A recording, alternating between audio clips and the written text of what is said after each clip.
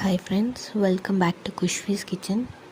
ಇವತ್ತು ನಾನು ಮಟನ್ ತಲೆ ಸಾಂಬಾರು ಹೇಗೆ ಮಾಡೋದು ಅಂತ ತೋರಿಸ್ಕೊಡ್ತಾ ಇದ್ದೀನಿ. ಇದಕ್ಕೆ ನಾನು ಒಂದು ಮಿಕ್ಸಿ ಜಾರ್ಗೆ 1.5 ಅಷ್ಟು ದಪ್ಪ ಕಟ್ ಮಾಡ್ಕೊಂಡಿರೋಂಥ ಈರುಳ್ಳಿ ಮತ್ತು 1 ಟೊಮೆಟೊ ಹಾಕ್ಕೊಡ್ತಾ ಇದ್ದೀನಿ. ಮತ್ತು 2 ಸ್ಪೂನ್ಸ್ ಅಷ್ಟು ತುರಿದಿಟ್ಕೊಂಡಿರೋಂಥ ಕಾಯಿ, ಮತ್ತು ಇದಕ್ಕೆ ಚಕ್ಕೆ ಮತ್ತು ಲವಂಗ ಆ್ಯಡ್ ಮಾಡ್ಕೊತಾ ಇದ್ದೀನಿ. ನಂತರ 1 ಸ್ಪೂನಷ್ಟು ಶುಂಠಿ ಬೆಳ್ಳುಳ್ಳಿ ಪೇಸ್ಟ್ ಆ್ಯಡ್ ಮಾಡ್ತಾಯಿದ್ದೀನಿ. ಮತ್ತು 2 ಸ್ಪೂನ್ಸ್ ಧನಿಯಾ ಪೌಡರ್, 1 ಸ್ಪೂನ್ ಚಿಲ್ಲಿ ಪೌಡರ್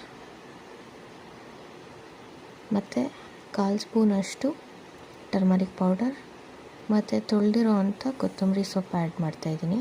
ಇಷ್ಟನ್ನು ಹಾಕ್ಬಿಟ್ಟು ಫೈನ್ ಪೇಸ್ಟ್ ಮಾಡಿಟ್ಕೊಂಡಿದ್ದೀನಿ.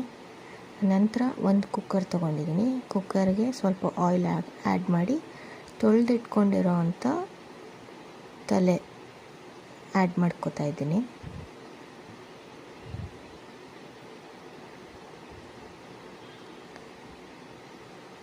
ಇದಕ್ಕೆ ರುಚಿಗೆ ತಕ್ಕಷ್ಟು ಉಪ್ಪು ಆ್ಯಡ್ ಮಾಡ್ಕೊತಾ ಇದ್ದೀನಿ.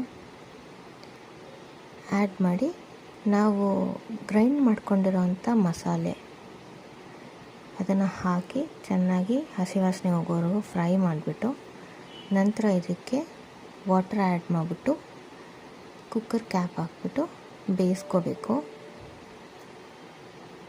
ಒಂದು 4 to 5 ಅಷ್ಟು ವಿಸಲ್ ಕೂಗಿಸ್ಕೋಬೇಕಿದು.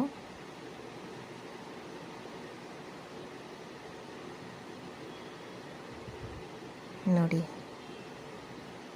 ಈಗ ತಲೆ ಸಾಂಬಾರು ರೆಡಿ.